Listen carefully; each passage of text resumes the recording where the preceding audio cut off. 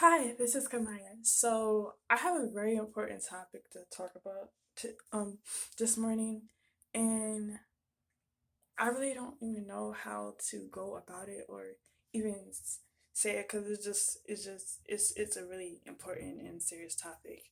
But I guess we'll just start with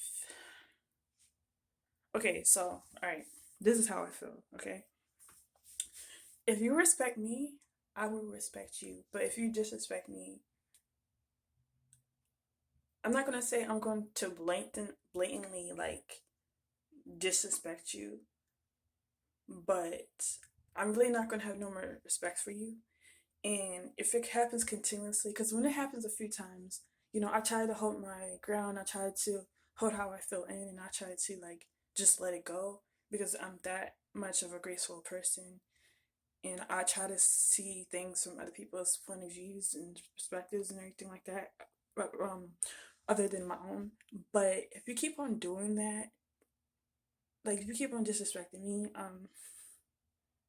like just don't be surprised when I disrespect you too. Like just don't be surprised. Like, oh, you think you could disrespect me, or like for example, call me out my name, right? Um, which is drastic, but it's just an example. Like say someone calls me out my name a few times, so I'm just like I don't say anything about it or whatever. Like usually, I mean, I feel like it's a bad example because usually I would like that's I'm not the type of person where if someone calls me out my name I wouldn't say anything, but that's just an example. Say I don't say anything for like let's say the first 3 times, but if you do it like another 3 times, I might say something to you and I might disrespect you or whatever because it's like it's not cool to think that you can sit here and disrespect me and think that I'm not going to say anything. Like of course I'm not going to say anything in the beginning because I try to like behave in a way where my heavenly Father want me to behave in, but at the same time, I'm really not about to let you sit here and disrespect me and like that at all. And I feel like respect should be given, like respect should be mutual. Like it should go both ways. Like it should not be me just always respecting you, and then you always disrespecting me.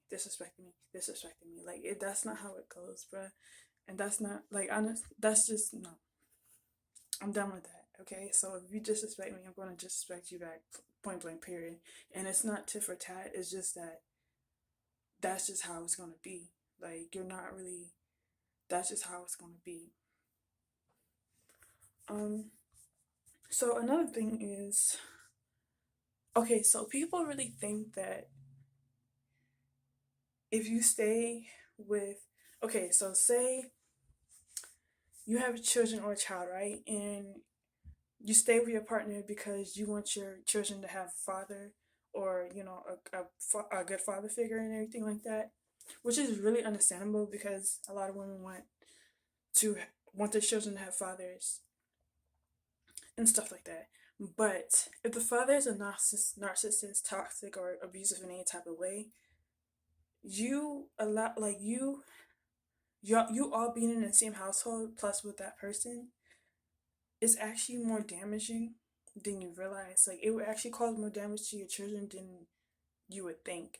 Because number one, if the father of if the father of your children is being disrespectful to you, what and treating you with some type of way, like what do you think they're gonna do to their children?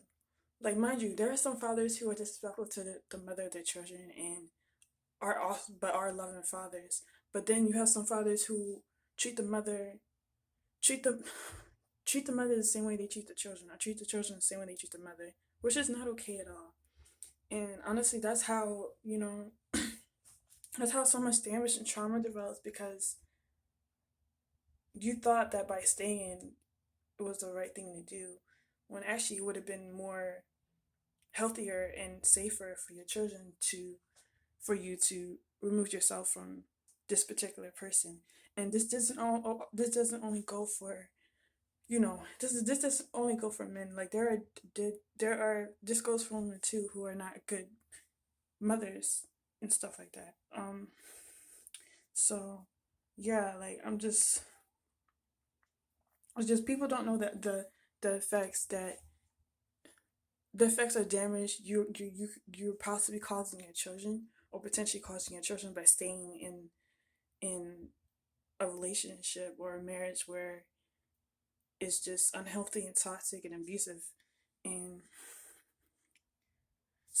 I feel like some women even think that having an emotionally unavailable father is better than not having a father at all. Like, actually, no, that's not any better, honestly. Like,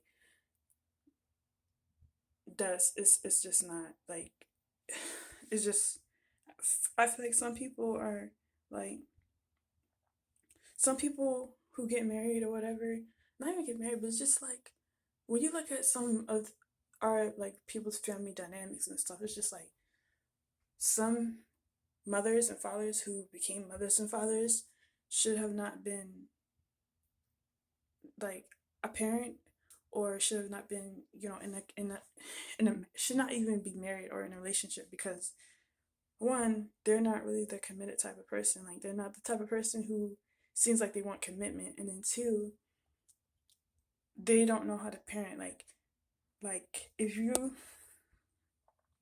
have a child or children, you have to be emotionally available.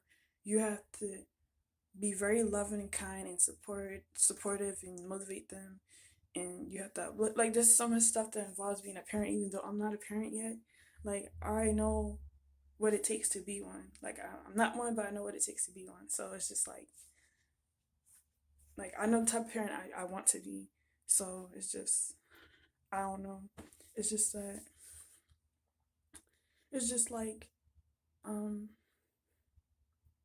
just do better, choose better, know your worth enough to choose better partners for